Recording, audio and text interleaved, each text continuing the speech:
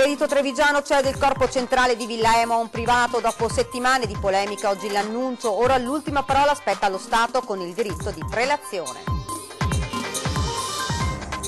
Autonomia a Roma, oggi l'incontro tra il vice premier Salvini, Luca Zaia, il presidente della Lombardia Fontana e il governatore del Veneto. Si va verso il testo definitivo su cui ragionare entro il 15 febbraio.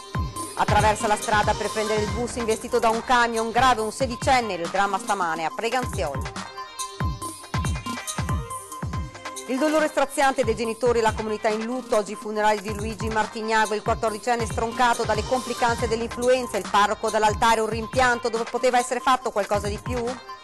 Eventi artistici in città attende una risposta dal comune di Treviso, Vittorio Sgarbi, neopresidente della Fondazione Canova di Possagno, ma il primo cittadino nulla di deciso.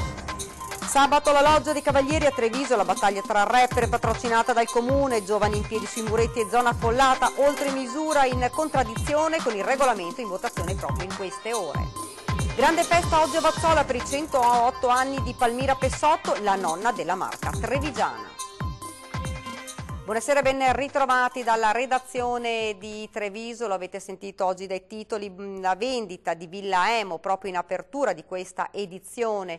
Un gioiello palladiano che da oggi è stato ceduto dal Credito Trevigiano ad un privato che al momento preferisce tenere l'anonimato. Comunità contrarie alla cessione, alle quali la banca risponde. I soldi ricavati saranno riutilizzati per il credito alle imprese. Una trattativa sulla quale l'ultima parola spetta allo Stato. Ora c'è solo lo Stato che può con una prelazione fermare la vendita di Villa Emo ai privati, perché da questa mattina il Credito Trevigiano ha detto sì all'unico acquirente che si è fatto avanti, dopo che la banca ha deciso che uno dei gioielli storico-artistici della Marca del Veneto non è più strategico. 6 milioni di euro a suo tempo vennero sborsati per l'opera di restauro di questo complesso per certi versi unico al mondo. Chiara la firma palladiana per un'opera architettonica al pari della Rotonda Vicentino o dell'altra meraviglia veneta che è Villa Barbaro a Maser. La banca l'acquistò dall'ultimo discendente del ramo dei nobili Emo capolista che la preferì rispetto ad altre offerte più cospicue da privati. E se ora il prezzo di vendita è parametrato a quella trattativa, per il conte Emo c'è solo una parola. In più di un regalo stanno producendo un precedente e un danno molto grave. Io ho proprio seguito per conoscenza del mercato una cordata a cui stavo dando precedenza e che poi ho definitivamente tagliato con un gruppo alberghiero internazionale e ho fatto trattative localmente, a livello internazionale, a Milano per degli industriali che c'erano dentro e non so i nomi, bisognerebbe chiederlo a quegli avvocati, e quindi a Bali e Marrakesh. Dal canto suo la banca sottolinea come la cessione riguardi solo il gioiello del diadema palladiano, ovvero il corpo centrale con gli affreschi dello Zelotti, sottolineando anche che il ricavato verrà riutilizzato per rafforzare il sostegno al credito nel territorio. Una risposta all'intera comunità di Vedelago e non solo, che si oppone alla cessione ai privati, che ne limiteranno l'uso pubblico, ma anche all'inevitabile spezzatino in cui andrà incontro. Ma pur contestando l'affare, per una delle firme contemporanee è forse anche in parte l'unica soluzione possibile, soprattutto in un'epoca come questa per i beni culturali decisamente da basso impero. Villa Emo è un complesso che oltre alla villa palladiana l'importante è anche il borgo dei contadini, di chi le fattorie attorno, quindi smembrare quella villa lì sarebbe un delitto secondo me. Venderla sì, ma a condizione che possa essere visitata dal pubblico e che la comunità possa avere una ricchezza di questa nostra storia veneta, delle ville venete. Ed ora parliamo di autonomia del Veneto. Nel pomeriggio a Palazzo Chigi, vertice tra i ministri Salvini e Stefani e i governatori del Veneto e Lombardia che uscendo si sono detti soddisfatti dell'incontro. I governatori di Veneto e Lombardia l'hanno già segnata, o meglio segnata nuovamente sul calendario con un cerchietto rosso la data del 15 febbraio, termine entro il quale dovrebbe essere redatto il testo definitivo dell'autonomia. A spiegare come i tempi siano ormai maturi per arrivare ad un primo traguardo sono proprio Luca Zaia e Attilio Fontana, all'uscita da Palazzo Chigi dopo il vertice con il ministro Erika Stefani, il vice premier Matteo Salvini e il sottosegretario Giancarlo Giorgetti. La riunione di oggi è stata assolutamente proficua, è stata un'occasione per fare un punto della situazione e ci permetterà di andare verso la stesura di un testo definitivo sul quale poi ragionare definitivamente, rispettando il termine del 15 febbraio che era il termine ultimo per la sintesi ovviamente rispetto al giro dei ministeri e quindi per le osservazioni dei ministri. È stato un incontro proficuo, tutto sta funzionando bene. Le dichiarazioni del governatore della Lombardia, Attilio Fontana, che a sua volta ha rimarcato la data del 15 febbraio per la stesura del testo. Dunque ancora 2 settimane e poi l'autonomia sarà un po' più vicina. Siamo alla cronaca, grave incidente questa mattina a Preganziol dove uno studente di 16 anni è stato investito da un camion mentre stava attraversando la strada. Ci fa piacere sapere che il ragazzo non è in pericolo di vita e gli facciamo davvero i migliori auguri di una pronta guarigione. È il sindaco di Preganziola a far sapere che le condizioni del sedicenne investito stamane a pochi metri dal centro del paese sono in via di miglioramento e che non sarebbe in pericolo di vita. Il ragazzo che abita a Preganziola questa mattina intorno alle 7 come ogni giorno si stava dirigendo verso la fermata dell'autobus che lo avrebbe portato a scuola a Treviso. Lo studente, secondo una prima ricostruzione, sembra stesse attraversando il terraglio sulle strisce pedonali all'altezza dell'incrocio con via Montegrappa quando è stato investito da un camion che proveniva da Treviso. Il racconto di un commerciante che in quel momento stava aprendo la sua attività. Ho sentito solamente una frenata e ho visto il camion che leggermente sbandava e poi basta, non ho visto altro. Il camionista ha subito arrestato il mezzo ed è sceso per soccorrere il ragazzo chiamando i soccorsi. In pochi minuti sul posto è arrivata un'ambulanza del SUEM che ha trasportato il sedicenne al Caffoncello in prognosi riservata. Poi, con il passare delle ore, le condizioni dello studente sono state giudicate in miglioramento. Ancora da chiarire l'esatta dinamica del sinistro, ricostruzione che spetterà alla Polstrada intervenuta insieme alla polizia locale per dirigere il traffico a quell'ora intenso e andato in tilt. Al momento dell'incidente era ancora buio e sulla zona c'era una fitta foschia, elementi che non si esclude possano essere alla base del sinistro che ripropone il problema della pericolosità del terraglio. Era buio, c'è il solito discorso della scarsa illuminazione sui fianchi della strada, questo è un problema però che sul terraglio c'è. L'altra settimana lo stesso io e mia moglie con questa luminosità 7:30, 8, quindi c'era luce, ci stavano stirando sulle strisce. Ci sono i fanali però non lo so, saranno posizionati male, alti, non lo so, per me è da studiare un sistema di illuminazione differente. Gli attraversamenti pedonali sono a norma, chiarisce il sindaco Galeano. Gli attraversamenti sul terraglio sono stati pian piano adeguati, quelli fuori dai centri abitati con dei fasci particolari, quelli all'interno con i pastorali che li segnalano e con i lampeggianti che appunto ne indicano la posizione. Inseguito dalla polizia lungo Viale della Repubblica, ha bloccato un ventenne moldavo ubriaco. Guidava a folle velocità lungo Viale della Repubblica, a notare la macchina, una berlina Mercedes, una volante della polizia che intorno alle 5:20 stava effettuando il normale servizio di controllo. Gli agenti hanno invertito il senso di marcia e lampeggianti e sirene accese hanno tentato di fermare la vettura. L'automobilista, anziché accostare, ha deciso invece di premere il piede sull'acceleratore e tentare di seminare la polizia. Ne è nato un inseguimento. Poi la volante ha provato a rallentare la corsa mettendosi davanti, ma l'uomo l'ha quasi speronata. Gli agenti, approfittando di un momento di esitazione del conducente, sono riusciti a bloccarlo grazie anche all'ausilio di un'altra volante che si è messa dietro alla berlina. Il giovane alla guida, un moldavo di 20 anni in evidente stato di alterazione alcolica, è sceso dall'auto e non contento ha tentato la fuga a piedi, ma gli agenti lo hanno raggiunto e fermato. Lo straniero, dopo alcuni controlli, è risultato anche essere privo di patente. È stato denunciato per resistenza pubblica ufficiale, guida in stato di ebbrezza alcolica, guida senza patente ed altre contravvenzioni stradali.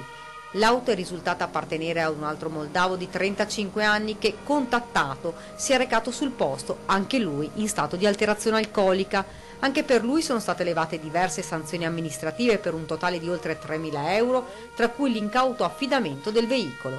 L'auto è stata sottoposta a fermo amministrativo. Un'autocisterna piena di benzina è rimasta bloccata sul ciglio della strada in zona Fadalto. La strada completamente ghiacciata ha reso viscido il manto stradale e il mezzo pesante è finito con le ruote sul ciglio rischiando di finire fuori strada. L'autista è riuscito a fermare il mezzo e chiamare i soccorsi. Sul posto i vigili del fuoco che hanno riportato l'autocisterna sulla strada. Tutta la comunità di Musano, ma anche la scuola di Fonte ed i giovani del calcio ponzano si sono stretti attorno alla famiglia Martignago nel giorno dei funerali del loro figlio Luigi, di 14 anni, morto di un'infezione al cuore causata dall'influenza.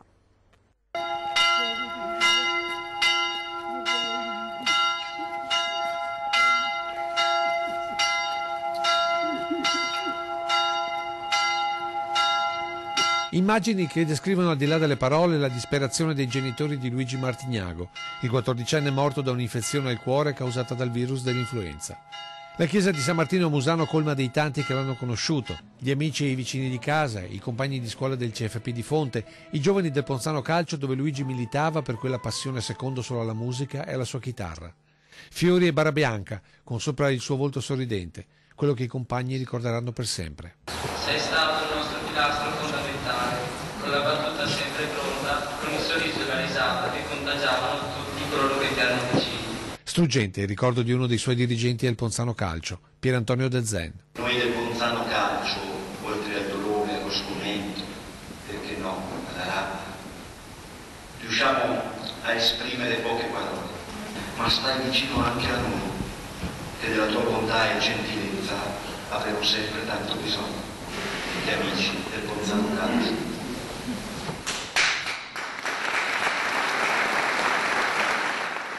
Restano i perché di questa giovane morte, rimarcati dal parroco di Musano, Don Lorenzo Tasca. Tutti questi ricordi di Luigi, di questa bella persona che è stato per noi, non fa altro che moltiplicare i nostri perché, le nostre domande, in riferimento a quello che è accaduto in questi giorni, i nostri rimpianti, se si poteva fare qualcosa di più per salvare quella vita di Luigi. Infine la riflessione dedicata ai giovani, ai suoi compagni.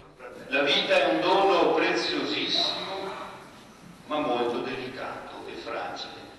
Questa fragilità è emersa in modo prepotente, veloce, inaspettato nel corpo di Luigi, un corpo sano. Eventi artistici in città, attende una risposta dal comune di Treviso. Vittorio Sgarbi, il neopresidente della Fondazione Canova di Possagno, che interviene anche sul caso delle indagini della finanza e sui rapporti tra Cassugana e Marco Goldin per l'uso di Santa Caterina. Le troppe concessioni a Marco Goldin da parte del comune di Treviso e prima ancora di quello di Vicenza, ma anche le prospettive di una collaborazione futura con il capoluogo della Marca. Fresco di nomina alla presidenza della Fondazione Canova di Possagno, Vittorio Sgarbi giudica con severità i fatti per i quali ora la Guardia di Finanza sta indagando. Il comune di Treviso dice ha sbagliato a svendere il museo di Santa Caterina a Goldin per le grandi mostre. Quello che è avvenuto sia a Vicenza sia a Treviso vede una specie di dominatore che arriva e in quel momento toglie sia possibilità di interlocuzione culturale, sia quello che si è capito anche introiti al comune. Ora questo non va bene, occorre che la parte politica mantenga una capacità di dialogo sul piano delle iniziative, delle scelte e anche un profitto. Ma le novità Sgarbi le mette sul piatto parlando degli incontri già avuti con il sindaco di Treviso, Mario Conte. Io ho proposto al sindaco di valutare un accordo fra me e Goldin tenuto nella condizione di ottimo produttore e anche di, come dire, co-ideatore di un'iniziativa, ma fuori della misura ormai ripetitiva e forse anche per questo funzionante dell'impressionismo di Van Gogh eccetera, e di fare nei 4 anni di attività piena che ha la grande arte veneta a partire dal barocco. Un progetto per il quale il critico d'arte avrebbe già sondato anche le coperture economiche. Quindi lei insomma è in attesa di una risposta dal sindaco di Treviso? Sì, sono stato da lui 2 volte e avevo capito che lui aveva una specie di come dire, debolezza per Goldin. Poi adesso le cose che sono avvenute non so in che condizioni vedono i loro rapporti. Il sindaco dal canto suo frena e vede più probabile un evento specifico da condividere con la Fondazione Canova che un rapporto di collaborazione prolungato nel tempo. Le porte sono aperte per tutti, nessuna preclusione per nessuno, però le condizioni questa volta le detta l'amministrazione. Dire che ad oggi ci sia un accordo con Vittorio Sgarbi è veramente prematuro, non ci sono contratti firmati, non abbiamo definito con nessuno, stiamo valutando con attenzione e con massima serenità qual è la migliore proposta per far crescere la nostra città. Ed ora le immagini dell'affollato evento di sabato alla Loggia dei Cavalieri a Treviso, patrocinato dal Comune, giovani in piedi sui muretti, loggia affollata oltre misura, in palese contraddizione con il regolamento in votazione proprio in queste ore. Siete pronti? 3, 2, 1. Sulla mano, Treviso, non mi sento. Altro che ragazzini che giocano o si siedono sui muretti, questo era il colpo d'occhio sabato sera della Loggia dei Cavalieri. In corso la cosiddetta battaglia dei rapper, sfida tra rapper trevigiani, evento patrocinato da Cassugana, con il pubblico, peraltro numerosissimo, che ha letteralmente invaso lo storico monumento, della cui tutela tanto si parla, affollandolo a dismisura e salendo un po' dappertutto. Scene che stridono con il discusso regolamento in votazione proprio oggi in Consiglio Comunale. Quelle immagini non mi sono assolutamente piaciute, ho fatto intervenire la Polizia Municipale, quindi ben vengano gli eventi con i giovani, ma alle regole di civiltà ed educazione che questa città richiede. Quindi faccio un appello ai giovani, gli spazi a disposizione per voi ci sono e ci saranno, ma dovete imparare a comportarvi bene e con rispetto. L'evento di sabato per il sindaco sulla carta non presentava nessuna criticità. L'iniziativa era nata sotto i migliori auspici, perché l'obiettivo era quello di dare quella loggia come spazio culturale, per esempio per la musica rap, che è uno degli stili che oggi caratterizza i giovani. Di contro però i giovani devono avere cura e rispetto dell'ambiente in cui si trovano, quindi quegli atteggiamenti che abbiamo visto soprattutto da parte del pubblico noi non vogliamo assolutamente tollerarli. Come abbiamo più volte detto, sopra i muretti in piedi non si può stare, non si possono imbrattare le colonne, non si possono lasciare i rifiuti, tutte regole di buon senso e di buona educazione, quindi nulla di straordinario, ma dove non vengono rispettate queste piccole regole noi interveniamo con la Polizia Municipale. Annuncia la sua candidatura alle elezioni europee di primavera Antonio Calò, l'insegnante trevigiano che ha accolto dei migranti in casa sua. Con il PD ci sarebbero già i primi contratti. Il suo obiettivo è quello di portare avanti un progetto sostenibile di gestione dell'immigrazione. Se il tema principale del dibattito politico sono i migranti, allora io ho qualcosa da dire. Si propone con questo spirito come candidato alle prossime elezioni europee il professor Antonio Silvio Calò, cittadino europeo del 2018, premiato per l'accoglienza in casa propria di giovani richiedenti asilo a cui ha cercato di dare un futuro.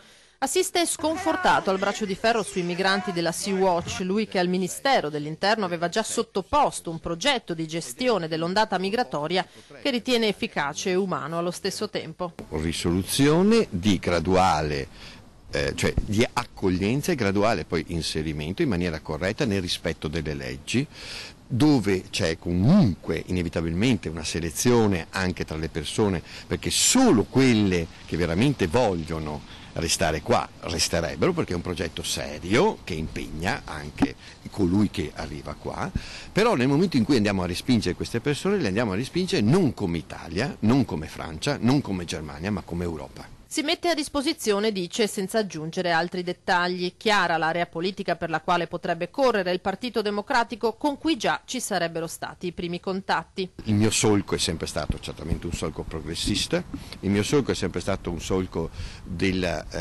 rispetto, della dignità, dei valori, dei valori umani, e oggi come oggi questi sono spesso calpestati, lo dico senza paura di dirlo.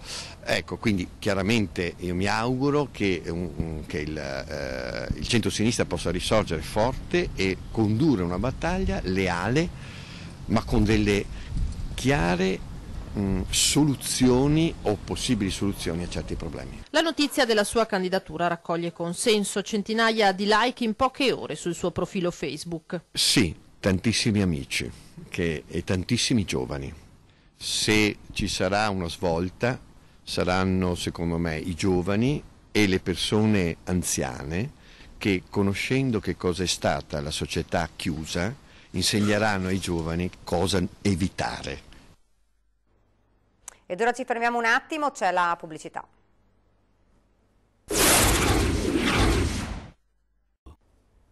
Siamo tornati nuovamente in studio, siamo alla cronaca, furto nel distretto sanitario di Mogliano, i ladri con il flessibile forzano la macchinetta automatica per il pagamento del ticket. Ladri in azione a Mogliano, preso di mira il distretto sanitario di Piazza Donatori di Sangue. Il colpo nella notte tra sabato e domenica, ad avvertire i carabinieri e gli operatori dell'ULSS. I banditi hanno forzato una porta dello stabile e una volta all'interno indisturbati hanno girato tra gli uffici alla ricerca di contanti. Alla fine hanno ripiegato su una delle macchinette automatiche usate dai pazienti per il pagamento del ticket. Utilizzando un flessibile hanno forzato il dispositivo portando via i soldi che c'erano all'interno. Difficile al momento quantificare quanti contanti fossero presenti nella cassa. Dobbiamo tirare fuori tutte chiaramente madre e figlia di quello pagato come ticket, per fare la differenza di quello che c'era in cassa precedentemente. Da qua si ottiene la somma, anche se i miei collaboratori mi dicono che la cifra sarà sicuramente esigua. È più il danno che hanno creato gli utenti, perché chiaramente hanno sporcato dappertutto, hanno creato disagio, abbiamo dovuto la mattina presto pulire tutto per garantire in modo tale che ci potesse essere ancora l'accesso al distretto sanitario. Il denaro rubato è comunque interamente coperto dall'assicurazione. Adesso l'ULSS dovrà provvedere a sostituire la macchinetta danneggiata con un apparecchio più moderno. Faccio presente ai ladri, così lo sanno, che i prossimi saranno dei POS per cui non troveranno più soldi all'interno del distretto. No all'ampliamento della cava Mosole, no alla richiesta di aumento della lavorazione del fresato. Siamo tutti molto preoccupati per questa proposta che è arrivata a Spresiano, dice Alessandro Lorenzi, coordinatore del Comitato Salute ed Ambiente. Ieri in piazza sono stati allestiti alcuni gazebo per spiegare alla gente cosa sta accadendo. Questa sera invece è stata organizzata una riunione alle 20 in sala consigliare alla quale tutta la cittadinanza è invitata a partecipare. Siamo preoccupati, conclude Lorenzi, per la salute e la ricaduta che avrà tutto questo sull'ambiente. Siamo allo sport, numeri da capogiro per il 10° compleanno del campionato regionale veneto di karate, iniziato con la prima tappa domenica scorsa di Strana, 800 partecipanti, 50 società hanno dato vita ad una gara entusiasmante sotto ogni profilo in un palazzetto gremito per tutta la giornata. Siamo orgogliosi di ospitare una manifestazione sportiva di questo livello, ha detto il sindaco Maria Grazia Gasparini. L'appuntamento si rinnoverà il 24 febbraio e il 24 marzo rispettivamente a Maser e Padova, in attesa del campionato italiano in programma il 6 e il 7 aprile alla Zoppa Sarena di Conegliano. Siamo al basket, la Fortitudo Bologna si conferma la miglior squadra della Serie A2 confermando il primato e battendo Treviso 84-74 sul parquet amico. Dobbiamo avere la forza di riuscire a togliere quell'ingenuità che purtroppo spesso ci mandano all'aria tanti minuti di buona pallacanestro che riusciamo ad esprimere. Momenti blackout come quello che all'inizio del quarto quarto spezza definitivamente ogni velleità di rimonta. Se Treviso era riuscita a raggiungere il -6 contro la corazzata bolognese dopo essere stata sotto anche di 14 lunghezze, quel momento di sfaldamento costa a tutti gli effetti la gara e con essa anche la rincorsa a un primo posto mai stato, a dire la verità, in discussione. Bestia nera Fortitudo confermata, Imbrò migliore in campo per Treviso, ma Barnett limitato. Con l'84-74 finale i felsinei infliggono alla De Longhi la quinta sconfitta in campionato, veleggiando in pompa magna verso la Serie A senza l'ostacolo play-off. E coach Menetti se la prende con la mentalità. Cifra alla mano, Treviso non ha certo sfigurato, anzi ha lottato. Certo, con la differenza sulle percentuali da 2, 61% Fortitudo, 41% De Longhi, ha pesato, ma la chiave è stata un'altra. Noi riusciamo a essere duri anche nei momenti più difficili probabilmente, anzi magari a volte in altre partite ci saremmo sciolti, in questa partita anche sul -14, nei momenti peggiori abbiamo trovato invece solidità e invece poi dopo nei momenti cruciali purtroppo cadiamo dentro dell'ingenuità, fa parte del nostro DNA, è una cosa, sono quei macro errori che dobbiamo avere la forza però di riuscire a contrastare e battere molto velocemente. Velocemente sì, perché archiviato lo stop al Paladozza c'è già da pensare alla sfida di mercoledì in casa contro Cagliari. Da una partita come questa dobbiamo prendere consapevolezza, non deve nascere nessun tipo di depressione o momenti di down, dobbiamo avere la forza di sapere qual è il nostro obiettivo, quali sono anche i nostri difetti ma anche quali sono i nostri pregi, quindi insieme alla nostra gente già mercoledì abbiamo un'altra grande battaglia.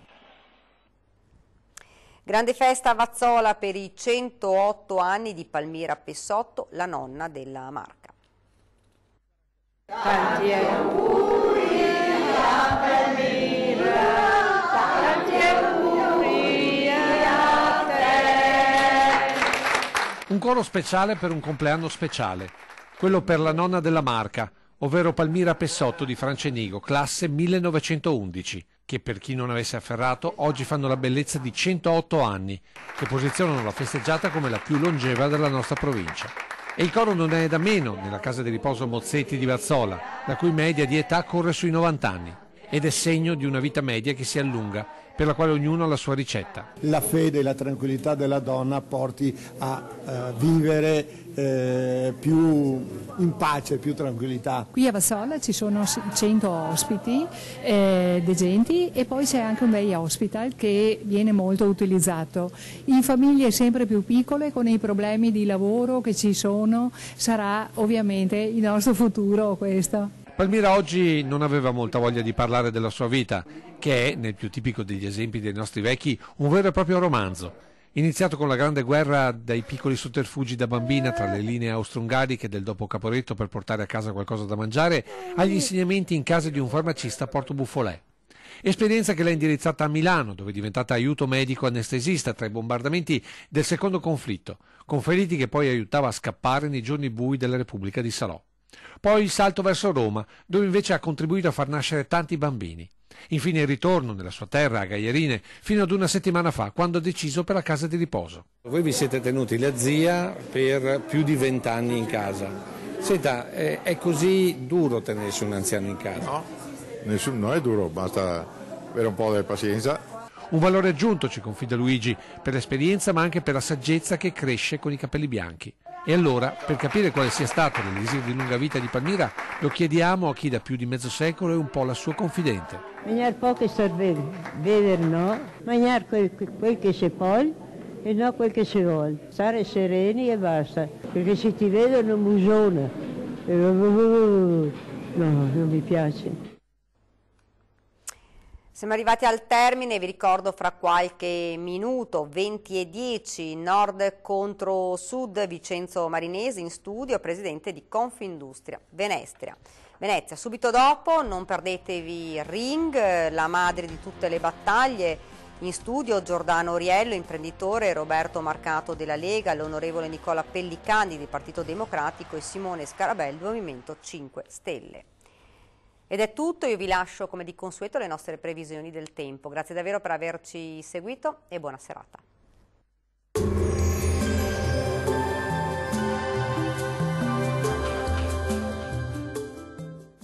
De Fabri presenta Isola Tutto, il kit fai da te per isolare il cassonetto di casa tua da caldo, freddo, spifferi e rumori. Non necessita di opere murarie.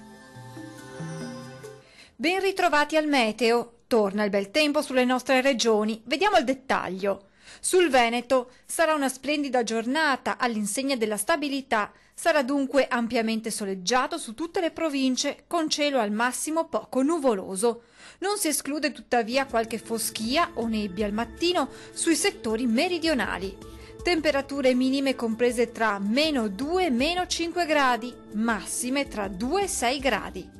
Vediamo ora che tempo farà sul Friuli Venezia Giulia. Poche novità, torna il sole anche sulla nostra regione. Il cielo si presenterà sereno o al massimo con presenza di poche nubi a carattere sparso, ma non sono attese precipitazioni particolarmente degne di nota. Temperature minime tra -5 e -3 gradi, massime oscillanti tra 4 e 5 gradi. Vediamo infine la situazione meteorologica del Trentino Alto Adige. La situazione sarà molto simile, infatti avremo condizioni di bel tempo stabile e anche soleggiato. Non si esclude tuttavia qualche addensamento al mattino, specie sui settori alpini di confine, ma senza ulteriori conseguenze. Temperature minime intorno ai 0 gradi, massime tra 10 e 11 gradi. Dal meteo di Antenna 3 è tutto, arrivederci!